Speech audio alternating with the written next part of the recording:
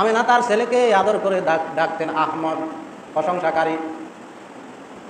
তার মা তাকে সবচেয়ে বেশি ভালোবাসতেন। এবং আমেনা যেই রাস্তা দিয়া যেতেন সেই রাস্তা সুগ্রামে ভরপুর হয়ে যাইত, আর আমেনা যেখানে যেতেন সেখানে বরকত ভরপুর হয়ে যাইত। তিনি যখন হাঁটতেন গাছে তাকে ছায়া দিত, সূর্যের আলো যখন পড়তো তখন মেঘ এসে আমেনাকে ছায়া দিত। গাছপালা তরুলতা তার সেবার জন্য নিয়োজিত ছিল।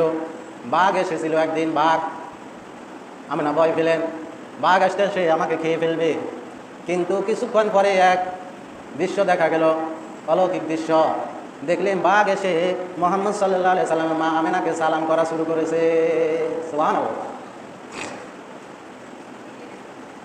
আমেনা যখন পানি আনার জন্য কলস নিয়ে কুয়াতে যেতেন, আরবের নারীরাও যেত, দেখা যাইতো কুয়ার পানি নিচে পড়ে আছে, অনেক কষ্ট করে কলস ভর্তি করা লাগতো।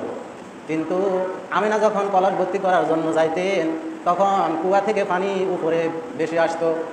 পানি বলতো, আমেনা তুমি সাধারণ কোনো সন্তানের মা না, তোমার পেটে তোমার গর্ভে আছে রহমাতাল লিল আলামিন, যার উসিলা পৃথিবী সৃষ্টি করেছেন আল্লাহ তাআলা। তার বরকতে, তার সম্মানে আমি পানি কুয়ার নিচ থেকে উপরে ভেসে আসলাম, আপনি বিনা কষ্টতে পানি কলস পুড়িয়ে নিয়ে যান।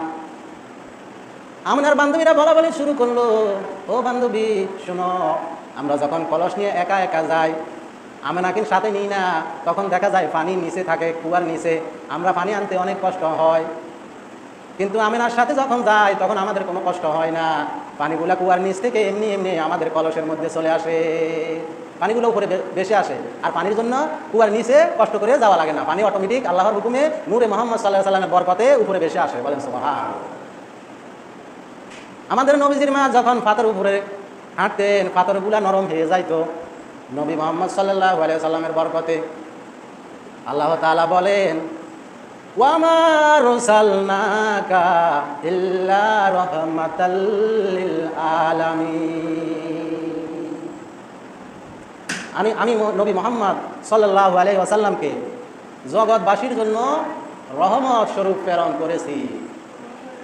নবী মুহাম্মদ সাল্লাল্লাহু আলাইহি ওয়াসাল্লাম হচ্ছে বরকত, নবী মুহাম্মদ সাল্লাল্লাহু আলাইহি ওয়াসাল্লাম হচ্ছে আমাদের জন্য